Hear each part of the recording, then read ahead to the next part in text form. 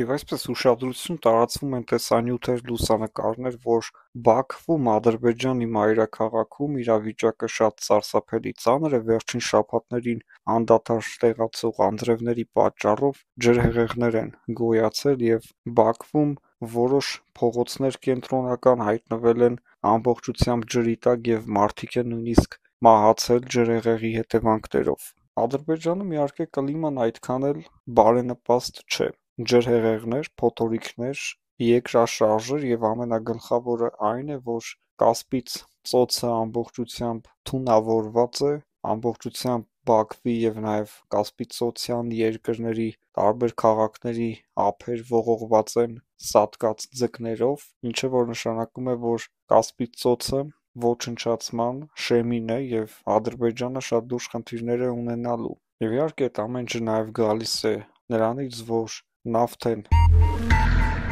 արդյունաբերում և դա անում են շատ փնթի և իհարկե բնապահպանական բոլոր նորմերը խախտելով, որի արդյունքում տուժում է բնությունը և կենդանական աշխարհը։ Եվ Ադրբեջանին Լեռնային Ղարաբաղը օդի և ջրի պես պետք էր, որովհետև ինքը չունի մաքուր բնական ջուր։ Ադրբեջանն ուներ ջրի խնդիր, իրենք ջուր չունեին խմելու համար, և Լեռնային Ղարաբաղը ամբողջությամբ նվեր է Ադրբեջանին այս կենսական նշանակություն ունեցող պայմանները ապահովելու համար, և նաև կային խոսակցություններ, որ Սովետական Միության ժամանակ, երբ որ Լենինը Ադրբեջանին է հանձնում Լեռնային Ղարաբաղը, խնդիրը եղել է հետևյալում, որ Ադրբեջանը, քանի որ ինքը նավթ արդյունաբերող պետություն է, ունի նաև ջրի խնդիր, մաքուր ջրի մասն է խոսքը, Լեռնային Ղարաբաղը հանձնվել է Ադրբեջանին այդ խնդիրը լուծելու նպատակով։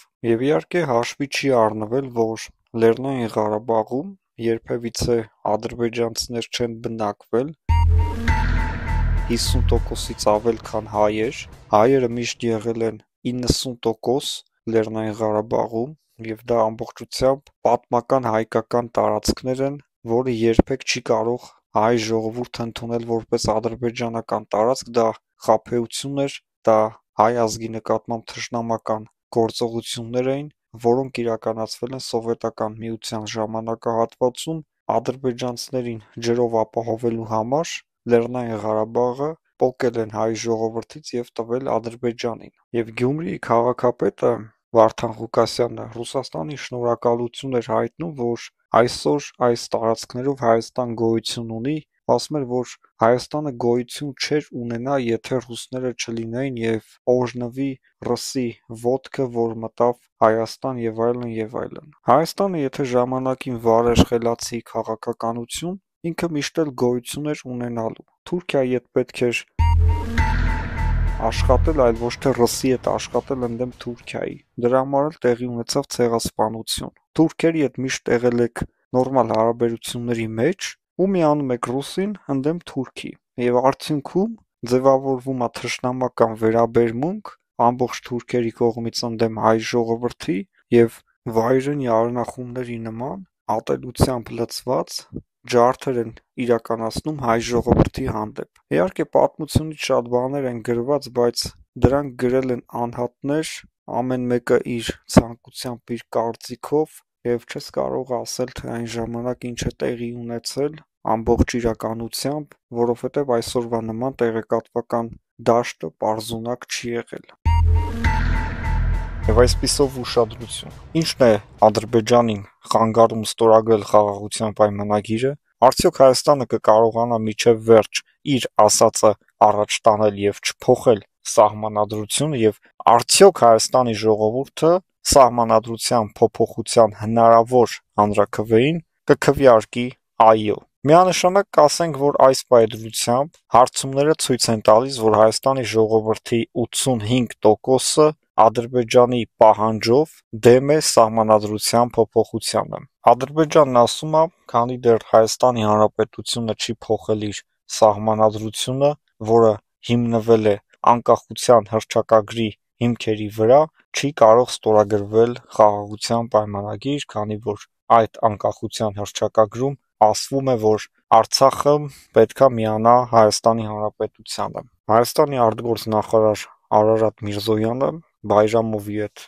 Թուրքիայում տեղի ունեցող հարց ու պատասխանի ընթացքում ասեց հետևյալը, որ առանց այդ փոփոխությունների հնարավորություն կա ստորագրել պայմանագիրը, չասեց իհարկե, որ մենք երբեք չենք կարող փոխել սահմանադրություն եւ այլն, այսինքն երևի թե Հայաստանը սահմանադրության փոփոխության հարցը թողնում է ամենավերջին պլանին, մենք չգիտենք, մենք այս հարցում ունենք աջակցություն տարբեր երկրների կողմից, օրինակ Ֆրանսիան ինչ կարծիք ունի, օրինակ Իրանը ինչ կարծիք ունի, Ռուսաստանը ինչ կարծիք ունի, որովհետև բոլորի կարծիքը այս հարցի վերաբերյալ Հայաստանի Հանրապետությանը հետաքրքիր են, բայց ոչ մի պետություն չի ասել, որ Հայաստանը պետքա փոխի սահմանադրությունը, եւ դա է միակ խոչընդոտը, որ այսօր չի ստորագրվում խաղաղության պայմանագիր։ Հայաստանի ժողովրդին ով ուզում է ստիպի կամ համոզի Հայաստանի ժողովուրդը Ադրբեջանի պահանջով որևէ բանի տակ այո դնող չէ։ Սա հստակ թող Ադրբեջան իմանա։ Եվ այսօր էլ խոսակցությունները իհարկե այնպես են, որ եթե 1 տարի հետո նույնիսկ դրվի սահմանադրության փոփոխության հարց եւ այնպես ներկայացվի, որ գիտեք ինչ կա, սա Ադրբեջանի պահանջը չէ, միևնույն է Հայաստանի ժողովուրդը արդեն գիտի, որ դա Ադրբեջանի պահանջն է, բայց մենք վստահ ենք, որ նույնիսկ եթե այդ փոփոխությունները մենք անենք, Ադրբեջանը հրաժարվելու է ստորագրել խաղաղության պայմանագիրը, տարբեր պատճառներ բերելով։ Եվ այդ ժամանակ, ինչպես է Հայաստանի ղեկավարությունը նայելու հայ ժողովրդի աչքերի մեջ, երբ որ հանուն խաղաղության ժողովրդին համոզեն եւ այլն, եւ ժողովուրդը գնա եւ քվեարկի այո, փոփոխեն սահմանադրությունը եւ Ադրբեջանն ասի, հիմա էլ ուրիշ պատճառ կա, որ չենք ստորագրում խաղաղության պայմանագիրը։ Մենք վստահ ենք, որ Ադրբեջանը այդպես է պատասխանելու, եւ մենք չենք տեսնում Ադրբեջանի հետ հնարավոր մոտ ապագայում խաղաղություն, նախ Ադրբեջանը դա չի ուզում, եւ հետո Հայաստանը սրանից այն կողմ զիջումների եւ նմանատիպ այլ գործընթացների չի կարող գնալ։ Դա արդեն ճոխություն կլինի։ Ադրբեջանը փորձում է քաղել հնարավոր առավելագույնը այս հարցի շուրջ եւ այդ պայմանագրում ներառել բաներ, որոնք երկար տարիներ իրենց օգուտ են տալու եւ Ալիևը գլուխ է գովալու, որ ինքը նման բան է ստորագրել այն հայերի հետ, որոնք 30 տարի եւ ավելի Լեռնային Ղարաբաղը իրենց ձեռքում են պահել։ Եվ մենք նույնիսկ Թուրքիայի հետ այսօր չենք կարողանում լեզու գտնել, Թուրքիայի հետ ոչ պատերազմի մեջ ենք, 100 տարի է Թուրքիայի հետ մենք պատերազմներ չենք ունեցել, իսկ 100 տարի անցել է, բայց մինչև այսօր Թուրքիայի հետ չենք կարողանում լեզու գտնել, եւ դա նշանակում է մեկ բան, որ Ադրբեջանի հետ լեզու գտնելը լինելու է երկարատև process, միգուցե փոխվի Ադրբեջանում իշխանություն, Ալիևը մահանա, գան նոր իշխանություններ, որովհետև մինչև Ալիևը չմահանա